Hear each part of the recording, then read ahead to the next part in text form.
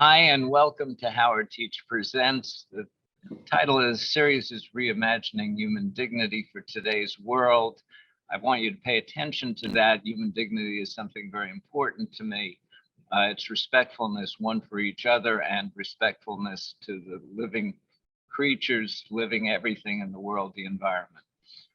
Today, we're really fortunate to have an amazing man with us, Brian Gaisford, who will come on screen in a second, who is the founder of Hemingway Safaris, has Hemingway Galleries, is an extraordinary person who's taken a real leadership in preservation of wildlife in Southern Africa, particularly elephants, rhinos, lions, and has such a story to tell, has made such a commitment. Brian, welcome. Thank you, Howard, for the opportunity and amazing work you're doing and taking an interest. Well, over the past few years, I must say it's been an education. We know each other a good number of years now. And in all the discussions that I've had with you, I've learned a lot. I've been thrilled about learning and somewhat disappointed in some people that are doing things that are problematic. And I'd like to start with you telling us about some of the difficulty that you've been facing over there, having to do with the survival of wildlife, having to do somewhat with trophy hunters and other people that have been creating problems for you. And then we'll get on to things you've done. Brian?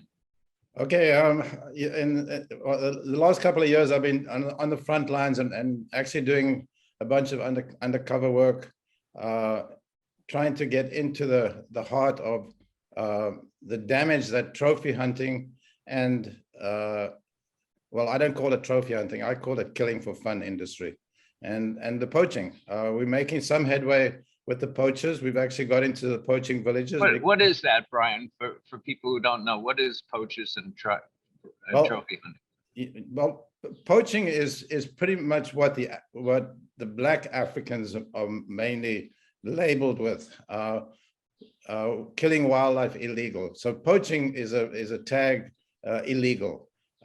Trophy hunting is a tag where people kill animals for fun through corruption, with politicians being bribed to come to Africa and kill our biggest elephants, our biggest lions. An example was Cecil, the lion killed by that dentist, Walter Palmer, and I was very involved with that. So, and these are people who actually pay other people to get them there, and then they prepare in a sense, the game and select what they're going to do for purposes of just glory.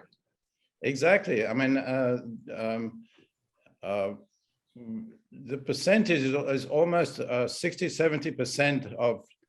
I'm from South Africa, so I'm in the safari, the photographic conservation business. We don't. And so many people, when you say you're in the safari business, you kill animals. No. So the photographic, we are seeing the damage done to our gene pool by U.S. trophy hunters, especially in January, February, when I was there looking into the killing of our elephants in Zimbabwe and Botswana. I actually found one taxidermy company in Botswana with 110 elephant skulls, freshly killed, all legal, labeled with U.S. hunters' names on them. So, and poachers, when they kill an antelope to feed their family, they go to jail. So what's wrong with this picture? And you explained to me once, Brian, that what they're doing is they're taking the biggest of the herd, and that really is affecting the gene pool in the future, and it's made a difference in tusk size and in terms of what's the future there. Exactly. So we've seen in January and February, my son and I drove every road in Botswana and Zimbabwe to look for big elephants. They've gone. they've been shot out by the US trophy hunters. We've just lost the two biggest bull elephants in Botswana to trophy hunters. Probably their first time in Africa. And they came and shot the two biggest bulls ever in Botswana. And it's the same with the lions. So the gene pool is crashing. Our lions are infected with feline AIDS. They are infected with bovine tuberculosis because we're shooting the biggest. And the elephants in the severely poached and trophy hunted areas, the elephants are being born with no tusks at all. This is amazing, a phenomenal evolution in fast track with elephants in the last 20 years, kind of realizing that if they have big ivory, they're going to die. And now we've also seen problems in terms of medicinals and other things that I know China and other countries have come in, and that's been destructive. Is that also significant in terms of the loss that we're facing? Yeah, that's a big problem. The demand for rhino horn and medicinal products, which is a fallacy. Rhino horn is keratin, the same as your fingernails. And I tell people, go and chew on your fingernails if you have some ailment you want to cure. So this is a big problem. And unless China and Korea stop their demand for rhino horn, we're going to lose them. Our rhinos will all be gone in 2 years. And that was from the top officials in South Africa. Brian, we got no hope. We're going to lose them. So that's, you know, those are poachers coming in from Mozambique to kill our rhinos. And so aren't there world bodies that are concerned about this? And is there things on a local basis we can do that makes a difference? I know you've been fighting for so much of this, Brian. Well, you know, thinking outside the box. I worked with Kathy Lynn Austin. She's a weapons expert, tracking the weapons, how the poachers are getting the weapons, and then an amazing man, Matt Bracken, who we work with, Wild and Free Foundation. Go to the website, Wild and Free Foundation, and see how we've got into the poaching villages and talking to the poachers, and through soccer, trying to get them to stop killing rhinos in our Kruger National Park in South Africa, where 80% of our rhinos are. So soccer. You mentioned that, Brian. It's incredible what you developed on that. Something that I was interested in from day one. How soccer has made a difference over there. Yeah, it's amazing. I mean, you know,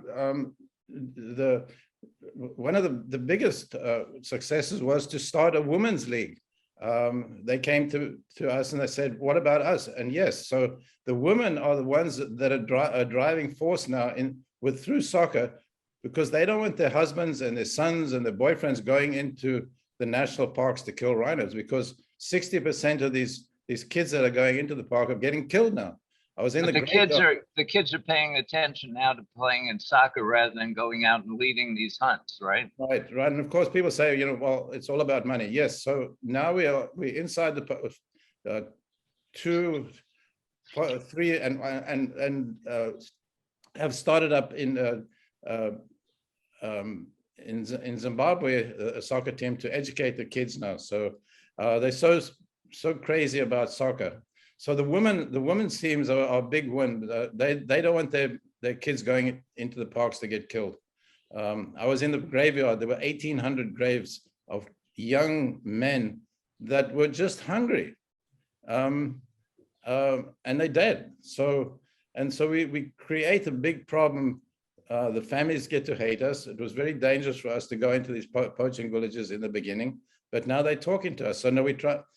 Matt and his team, Wild and Free Foundation, we're starting programs there. I've taken a lot of fishing equipment over, starting fishing camps. We're starting agricultural programs inside these poaching villages. It just goes to show what you've made as a difference over there, and involving not only yourself, but involving the people in the community themselves. And that's part of them having a different view of it. One of the things that I understand in the past, many of them couldn't even get into the parks. I mean, we didn't give the setup, but you have big parks where a lot of these wildlife are. And in the past, many of them couldn't even get into the park, so they didn't have relationships with the wildlife. Is that correct or not?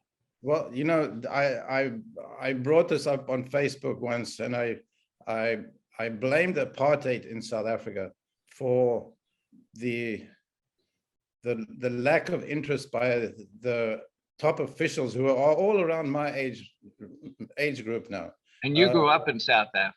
I grew up during apartheid, and blacks were not allowed to go into the parks. So they weren't allowed to go into the film studios or into the museums to learn about wildlife. So that age group is purely saying wildlife is a white man's thing. So that's very sad. I really blame that period of time in our history for not educating. And that's what we need to do. And we're doing that now. More and more kids are coming into the national parks, African kids from the schools, underprivileged areas, and teaching them about wildlife. And it has to be. And you mentioned to me about Nature Defense Foundation that you're treasurer of, and it's an important foundation. Maybe you make us a couple of seconds discussion of that. Yes, Sarah Shaw, who has just moved out to permanently up in Hudson, started Nature Defense Foundation Fund. Well, it was actually her grandmother who put millions of dollars into a fund for her to allocate to any US-based 501c3 company that's going to make a difference to saving our wildlife and our climate. And so she's doing amazing work. So we only have a few minutes left. The future. Give us a minute of the future. Hope, no hope. What do we do? Well, it's very bleak, and to me, there's some very easy solutions. The trophy hunting industry is driven by the gun lobby. The Safari Club International has huge money, and they could make a difference and stop shooting our iconic species, our biggest lions, our biggest elephants, our biggest leopards. Just leave them alone. We need them for the tourist industry, for our kids to see, and they're just vanishing. So this isn't about giving up hunting. This is about being smart about it, being respectful of it, and understanding that they can still do hunting, but they need to understand and protect the future of all these various wildlife. Yeah, absolutely. And the hunting industry, their defense is that, shooting an elephant brings in $100,000 and that money goes into conservation. Well, I don't want to be too blunt, but BS, that does not happen. The money doesn't even see Africa. The money that's paid to kill Cecil never even saw the shores of Africa. So it's, and I've looked into it. So if they want to debate me, come and show me. Well, there may be people who want to debate you, and that sets up future possibilities for getting you visible more and more and speaking on this subject, which we'll do as well. We have a limited amount of time, unfortunately, Brian. And I want two things. One, you have the most amazing store in New York. I bought unbelievable sculptures from you from Zimbabwe, as well as many other things. So give us about a 15-seconder on the excitement of your new store. Well, it's not a new store. I came here in 1975 and accidentally bumped into Gregory Hemingway, Ernest Hemingway's youngest son. And he was very instrumental for me using the Hemingway name. Through that, we started the gallery. This was Dr. Gregory Hemingway, Ernest's youngest son. And so we've had a long run. And now you have this wonderful Tribeca store that's just magnificent. And everybody really needs to get down there. It's an experience, and they'll get a chance to actually meet you, or they're not kids anymore by a long shot, yes. Who lead safaris as well, and the opportunity of going on your safaris. Brian, what I want to do is take an opportunity. if people want to be in touch, is there a way they can be in touch with you? You can Google Nature Defense Foundation, and the website is there, and you'll get a good idea on how she is doing amazing work to help conservation. So Sarah Shaw at Nature Defense Foundation, and that's great. And Hemingway African Gallery and Safaris, 88 Leonard Street, Tribeca. Okay, so what I want to do is introduce, this just doesn't happen, Brian. I've been fortunate. Lily, come on screen for a second. Anyway, our executive director is Lily Matina of Turnovation, and she's actually sitting, Brian, in Kyiv, Ukraine right now, doing this production. And we're thrilled that she's here. We're going to have a whole series of these. They'll be on a regular basis, different people. My website is www.howardteich.com. You can take a look. And we thank everybody for listening to this.